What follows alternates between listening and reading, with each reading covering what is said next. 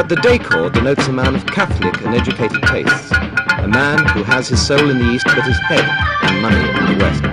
For Imran might well be the subcontinent's best-known sportsman, but here in Britain he is as well known for his art of wooing beautiful women as he is for pounding bouncers to the boundary or bowling a maiden over. Imran Khan, thank you very much for inviting us into your high school. Perhaps I should say it's a lair, because although you are the world's greatest all-rounder, and that's a cricketing term, you are also known as the world's greatest heartthrob.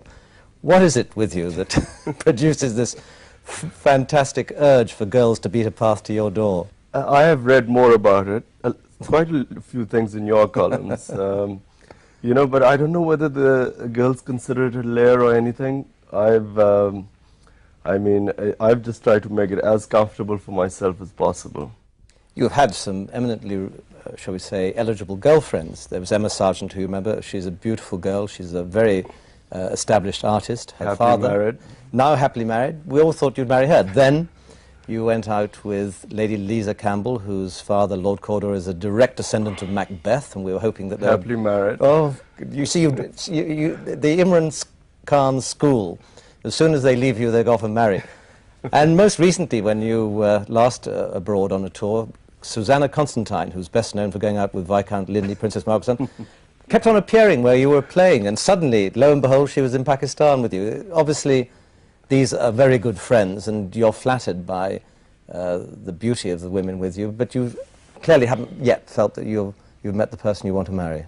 No, there's a problem again. I actually don't believe that, you know, I can give my time to marriage. You know, all my friends are divorced, without exception. One of them 3 times, my closest friend.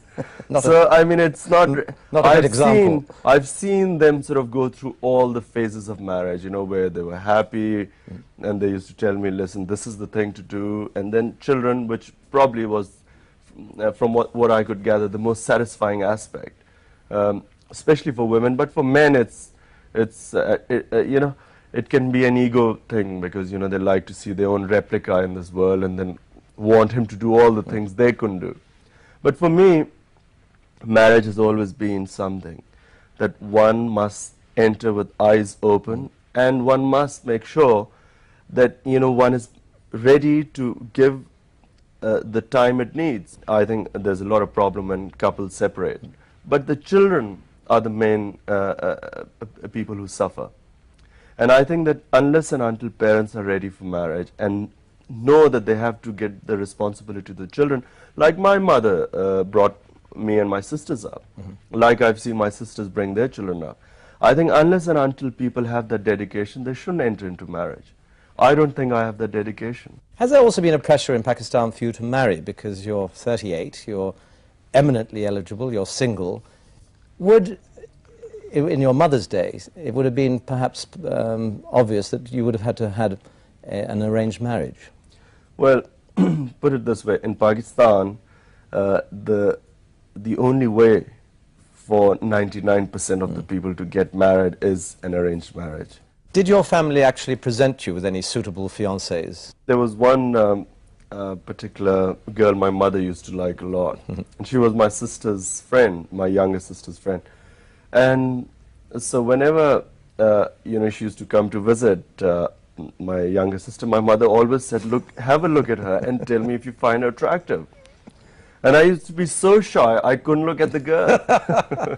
Finally, she got married. 10 years later, she came to a birthday party, and my sister asked me to sort of make an appearance there. And it was the first time I saw her 10 years later, and I thought, God, she's really pretty. A missed opportunity. You're obviously a very devout Muslim, you don't drink alcohol. Is it possible that you would marry a European, even an English girl? Well, for a Muslim to marry a Christian or a Jew is quite allowed in the Quran. I mean, it's not... there's no religious... There's no problem as far as religion goes.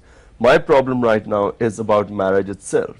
You've obviously thought beyond cricket, and after the World Cup in January, what you intend to do? Is politics a possibility? Because you have an enormous following in Pakistan, all sporting heroes do, and you're probably the greatest sporting hero of the moment. Well, Nigel, I did think of politics. I mean, General Zia offered me a ministership.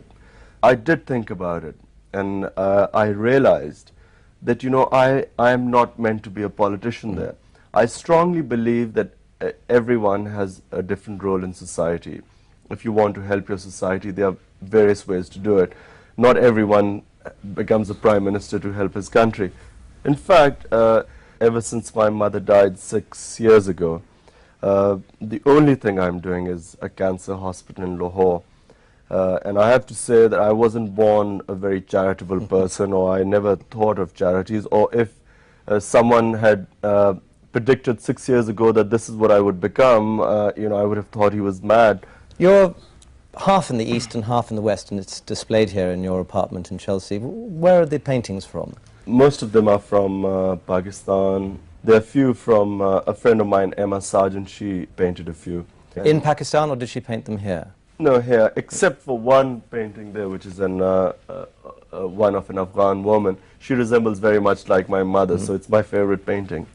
Your last cricket expedition is going to be the World Cup to Australia and New Zealand. What's going to happen to Imran Khan after that? Well, I hope you're going to win it first, and then afterwards I'm going to launch the biggest fundraising appeal in Pakistan, because nothing would make Pakistanis give money to my hospital more than us winning the World Cup. That's my immediate future. The long-term future, I've now reached a stage in my life, I've stopped predicting it or planning it, because it never works out the way I planned. Well, if England don't win the World Cup, we fervently hope that Pakistan does, just so that your fundraising will be boosted. Thank you very much, Imran Khan. Thank you, Nigel.